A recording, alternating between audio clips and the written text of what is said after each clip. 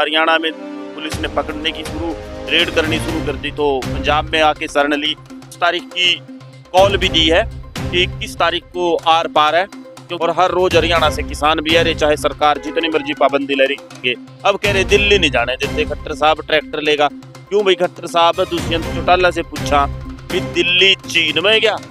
रही बैरिकेड की बात, यो हरियाणा है।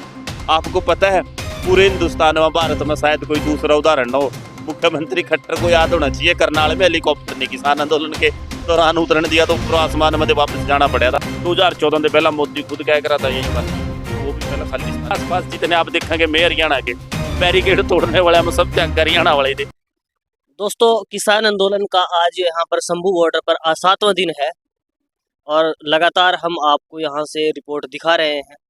कल चौथे दौर की वार्ता हुई है सरकार और किसान संगठनों के बीच में, जिसमें बातें बहुत सी ऐसी हैं जो निकल कर आई हैं और जिनसे ये भी प्रतीत होने लगा है कि शायद किसान इन बातों पर सहमति न जता पाए, क्योंकि जिस तरह का फॉर्मूला सरकार ने दिया है वो एक तरह से कॉन्ट्रैक्ट फार्मिंग की तरफ इसको पूरे जो ये किसान जिन मांगों पर अड़े हुए हैं उस एमएसपी को लेकर हो, मुख्य तौर पर तो एमएसपी को लेकर ही है। जिस तरह से सरकार ने 5 साल के कॉन्ट्रैक्ट की बात कही है और फिर जो किसान लगभग 20 प्लस फसलों के ऊपर एमएसपी मांग रहे हैं, उसमें से केवल सरकार ने 4 फसलों के ऊपर ही सहमति जताई है। हरियाणा पंजाब की अगर बात की जाए तो हरियाणा में सबसे ज़्यादा अगर किसी चीज़ की फसल होती है तो गेहूं और जो धान है उसकी फसल होती है, जिसमें उन 4 फसलों में भी कहीं इस चीज़ का जिक्र नहीं किया गया कि इन पर भी एमएसपी आपको दी जाएगी।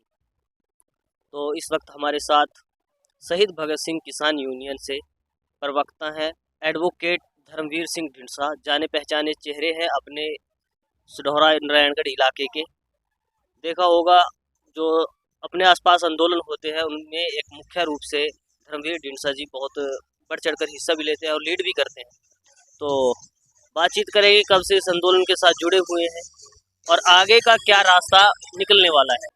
जी, सबसे पहले तो आपका और आपकी पूरी टीम का धन्यवाद कि आपने किसान, मजदूर और कमेरे की आवाज़ को जन जन तक पहुंचाने के लिए आप यहाँ आए और किसान आंदोलन को कवरेज दे रहे हैं। देखिए, जहाँ तक इस आंदोलन से जुड़ा होने का सवाल है, तो जो जमीन से जुड़ा है वो हर एक आदमी इस आंदोलन से जुड़ा है, माटी से जुड़ा है।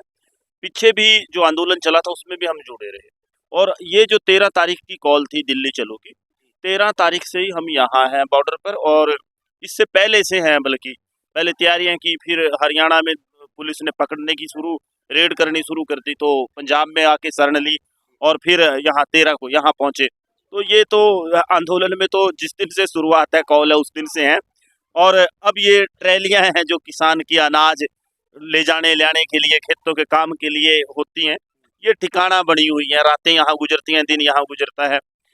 लेकिन सवाल आपका दूसरा था कि क्या सरकार दे रही है और क्या उससे किसान सहमत होंगे। देखिए, अभी वार्ता जारी है और कई दौर की वार्ता ऐसे मामलों में होती है। सरकार भी देखती है कि ये कितनी इनके साथ कितने लोग हैं, कितना दबाव बनता है, क्योंकि किसान यूनियन दबाव समूह की तरह काम करती हैं। जितना सरकार के ऊपर दबाव होगा उतना ज़्यादा किसानों को मिल पाएगा, और किसान भी ज़्यादा लेना चाहते हैं, सरकार कम देना चाहती है। बातचीत चल रही है 5 फसलों पे एमएसपी गारंटी कानून बनाने की, वो बात करते हैं कि कोई लिमिट नहीं होगी उन 5 फसलों को, जितना भी होगा पूरा सरकार खरीदेगी। और जो उस पे 21 तारीख को दोबारा मीटिंग होनी है कि सरकार की तरफ से क्या कहते हैं, और जो किसान प्रतिनिधि वहाँ उसमें शामिल होते हैं वो भी आज डिस्कस अपने लोगों के साथ कर रहे हैं। लेकिन इसी बीच 21 तारीख की कॉल भी दी है कि 21 तारीख को आर पार है, क्योंकि किसान जो भी हैं सारे वो एमएसपी से कम किसी चीज़ पर मानने वाले नहीं हैं, और इसीलिए 21 तारीख की कॉल भी दी है कि ज़्यादा से ज़्यादा संख्या में यहाँ शंभू टोल पर किसानों ने पहुँचना है। तो क्या लगता है आपको, जिस तरह से लगातार तारीख पे तारीख दी जा रही है, सरकार इस आंदोलन को लंबा खींचना चाहती है, किसानों को तंग करना चाहती है, क्या लगता है? देखिए, सरकार लंबा खींचना चाहती है या ना खींचना चाहती है, पीछे जो आंदोलन हुआ वो 13 महीने चला। 13 महीने तक किसान का सब्र सरकार ने देखा। अभी तो 13 तारीख से चला है आंदोलन, 1 हफ्ता हुआ है। लंबा चले छोटा चले कोई दिक्कत वाली बात नहीं, लेकिन किसान डटा हुआ है। लेकिन किसान डटा हुआ है, सरकार जितनी परीक्षा लेनी चाहे ले ले, और लेकिन किसान जो है अपनी मांगे मनवा कर ही सरकार से यहाँ से जाएगा। तो जिस तरह से आपने बताया कि हरियाणा से जो किसान इस आंदोलन से जुड़ना चाहते थे, उनके ऊपर रेड भी की गई है, तो क्या लगता है जिस तरह से सरकार का रवैया पूरा इस आंदोलन को लेकर या किसानों के साथ रहा है कि सरकार मान जाएगी इन मांगों को या नहीं मानेगी? देखिए, रेड की सवाल नहीं, हरियाणा को कश्मीर बना दिया खट्टर ने और दुष्यंत चौटाला ने। हरियाणा में किसान अपना ट्रैक्टर ट्राली लेके सड़क पे नहीं जा सकता, उसको डीजल पेट्रोल नहीं हरियाणा में पेट्रोल पंप से मिलता, उसके बच्चों के पासपोर्ट रद्द करने की धमकी हरियाणा में देते हैं, मुकदमे किसानों को हिरासत में लेने का काम करते हैं, ट्रैक्टर की आरसी रद्द करने की बात करते हैं। हरियाणा में तो कानून का शासन नहीं रहा, इंटरनेट बंद कर रखा है, रास्ते जानबूझ के बंद करके लोगों को परेशान सरकार कर रही है। हरियाणा के तो हालात बद से बदतर है। हरियाणा के लोगों की आज़ादी कहीं ना कहीं खट्टर सरकार छीन रही है।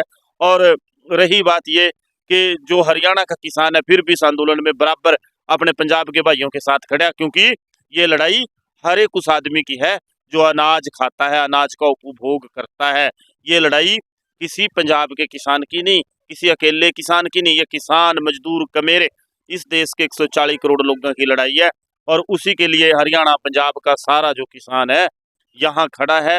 और हर रोज हरियाणा से किसान भी आ रहे, चाहे सरकार जितनी मर्जी पाबंदी ले रही, कोई लंगर लेकर आ रहा, कोई भंडारा लेकर आ रहा, कोई ट्राली लेकर आ रहा, कोई कार में, कोई मोटरसाइकिल पे, गांव के छोटे मोटे रास्तों से, पगडंडियों से, कच्चे रास्तों से होके आते हैं और यहाँ अपने आंदोलन में हिस्सेदारी दे रहे हैं। सारे जो भी हैं अब हमारे जो हरियाणा के किसान हैं बराबर खड़े हैं। सरकार हरियाणा की या केंद्र की जो भी हो, लेकिन किसान अपने हक अधिकार की लड़ाई के लिए, सच की लड़ाई के लिए, संघर्ष के लिए यहाँ तैयार बैठा है। अत्याचार हरियाणा सरकार कर रही है, आंसू गैस सीधे किसानों के ऊपर, अनेक किसान हमारे घायल हैं, अनेक हिरासत में है, लेकिन फिर भी दमन सरकार जितना मर्जी चाहे कर ले, हम अपना हक किसान सारे लेकर रहेंगे। देखिए, पहले तो क्लियर कर दो कि रास्ता हमने नहीं बंद कर रखा, हम दिल्ली जाना चाहते हैं, ये आज़ाद मुल्क है। देश का संविधान हक देता है हर एक आदमी को, हर एक नागरिक को, कि वो देश में कहीं भी जा सका, कहीं भी जाकर कोई सभा कर सका, कुछ अपने विचार अभिव्यक्त कर सका, शांतिपूर्वक धरना प्रदर्शन कर सका। पर लेकिन ये तो सरकार ने ला रखे बैरिकेड। अब बताओ, किसान को, मजदूर को जो सड़क पे नहीं चलने देंगे तो वो कहाँ चलेंगे? अब कह रहे दिल्ली नहीं जाने देते खट्टर साहब, ट्रैक्टर लेगा। क्यों भाई खट्टर साहब? दुष्यंत चौटाला से पूछा भी दिल्ली चीन में क्या? अब दिल्ली जाने का वीजा लगेगा, पासपोर्ट बनवाना पड़ेगा। हमारे देश की राजधानी, हम किसान मजदूर राजधानी बनी जाएंगे और कौन जाएगा? ये सरकार को सोचना पड़ेगा। जो लेकिन जहां तक सवाल है किसानों का, देखो इस तरफ तो दौड़ियां दाड़ियां वाले बापू बैठे, बुजुर्ग बैठे, हमारे किसान बैठे, मजदूर बैठे, उस तरफ बच्चे बैठे हमारे बंदूकें लेकर हमारे खिलाफ खड़े कर दिए। यही तो सरकार की नीतियां हैं। वो भी बेगाने नहीं है तो हमारे वो भी, लेकिन वो अपनी ड्यूटी कर रहे, नौकरी कर रहे। सरकार हुक्म दे देगी गोली मार देंगे, हुक्म दे दिया आंसू गैस छोड़ दी, हुक्म दे देगी डंडे मार देंगे। बात तो हुक्म देने वाले की है, जिसको ताकत भी मानने दी और लाठी डंडा मारा किसाना मजदूरा का मरवावा। रही बैरिकेड की बात, यो हरियाणा है, आपको पता है पूरे हिंदुस्तान में, भारत में शायद कोई दूसरा उदाहरण न हो। मुख्यमंत्री खट्टर को याद होना चाहिए, करनाल में हेलीकॉप्टर ने किसान आंदोलन के दौरान उतरने दिया तो ऊपर आसमान में वापस जाना पड़ा था। तो ऐसे हालात हरियाणा के ना हरियाणा सरकार पैदा करा, हरियाणा सरकार दे तो लेना देना भी कोई नहीं। वही बगानी बाड़ में बोइया तड़वेरिया खाम खा, यहाँ तो सिर्फ लक्का जाना, किसाना ने जाना दिल्ली है। तो बैरीपुरी केट तो किसाना के आगे ज्यादा लंबे अड़ने वाले नहीं है, तो कोई बड़ी बात नहीं। बीच में बात आई थी कि पंजाब और हरियाणा के किसान, लेकिन जिस तरह से नेशनल मीडिया में चलाया जाता है कि आंदोलन केवल पंजाब के किसानों का है, आप क्या मानते हो? आप तो हरियाणा से हो, किस तरह से इस चीज को आप डिफेंड करोगे? देखो, सरकार का एक काम हुआ लोगों को आपस में लड़वाना, कमजोर करना। हरियाणा सरकार कह रही है हरियाणा का किसान नहीं है, वो तो पहला भी कहते रहे हरियाणा का किसान नहीं पंजाब का। भाई हम सारे हरियाणा के बैठे हैं यहाँ, हरियाणा की बराबर की हिस्सेदारी है। 3 जगह आंदोलन है, 3 जगह रोक रखे, तीनों जगह हरियाणा के किसान बराबर हैं और अगले मोर्चे पे है और रहेंगे। पंजाब के लोगों को, केवल पंजाब के किसानों का आंदोलन सरकार जानबूझ कर बताना चाहा ताकि कमजोर कर सका, आपस में लड़वा सका। क्योंकि पंजाबियों को कह देंगे कि तो खालिस्तान नहीं है। भाई अपना हक मांगना, अपनी फसल का मोल मांगना, कर्जे की मुक्ति मांगना, अपनी जमीन की सरकारी लूट रोकना, यो खालिस्तान नहीं है। होना नहीं होता ये मांगे करना। अगर ये मांगे करना खालिस्तानी है तो सारे देश का किसान खालिस्तानी है। 2014 से पहला मोदी खुद कह रहा था यही बातें, तो वो भी पहला खालिस्तानी था। तो ये तो सरकारों के षड्यंत्र होते हैं आंदोलनों को कमजोर करने के लिए, लोगों को बांटने के लिए और ये दिखावा करने के लिए। हरियाणा सरकार ने तो एक और कमाल की बात कर रखी, नकली किसान पैदा कर रखे। नकली किसान कैसे? उनके अपने कार्यकर्ता, उन कार्यकर्ताओं को झंडे दे के अपनी यूनियन बना रखियां, उन बदे बिना मतलब का अपना धन्यवाद करवा लेंगे, उन बदे बयान दिलवा लेंगे कि जी हम तो काम करने वाले किसान तो खेत में बैठे। भाई खेत में बैठे हमारे भाई यार, यहाँ भी बैठे हैं, दोनों किसान है और ये ट्रैक्टर भी किसान न के यहाँ। सरकार की तरह नहीं भी रैलियां उनके जो किराए के ट्रैक्टर से कराएंगे। किराए के ट्रैक्टर इतने दिन नहीं खड़े करते। ये हरियाणा पंजाब के दोनों किसान के, जिस ट्रैली में आप मेरे साथ बैठे ना, ये हरियाणा की है। और जिस टेंट में बैठे हैं जहाँ हेड ऑफिस हो हरियाणा का, और आसपास जितने आप देखेंगे मैं हरियाणा के, बैरिकेड तोड़ने वाले हम सब त्याग हरियाणा वाले थे।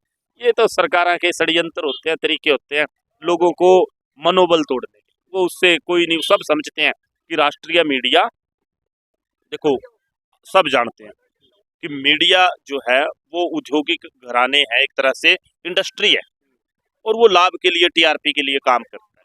जहाँ टीआरपी ज्यादा मिलेगी वो काम करेंगे। अब सरकार का अगर मीडिया जो नेशनल है उसको जो एड मिलती है ना सरकार से सालाना, उसका अगर बजट देखा जाए और फिर उनका प्रचार देखा जाए, भाई ये तो जिसका खाइए उसी का गाइए। वो तो बेचारे जो सरकार कहेगी वही परसेप्शन क्रिएट करेंगे और वही बोलेंगे। बहुत बहुत शुक्रिया। ये थे धर्मवीर ढींडसा जी, प्रवक्ता हैं शहीद भगत सिंह किसान यूनियन, और तमाम बातचीत हमने की है। आप देख रहे थे द निराला टीवी में, आपके साथ राशिद निराला। धन्यवाद।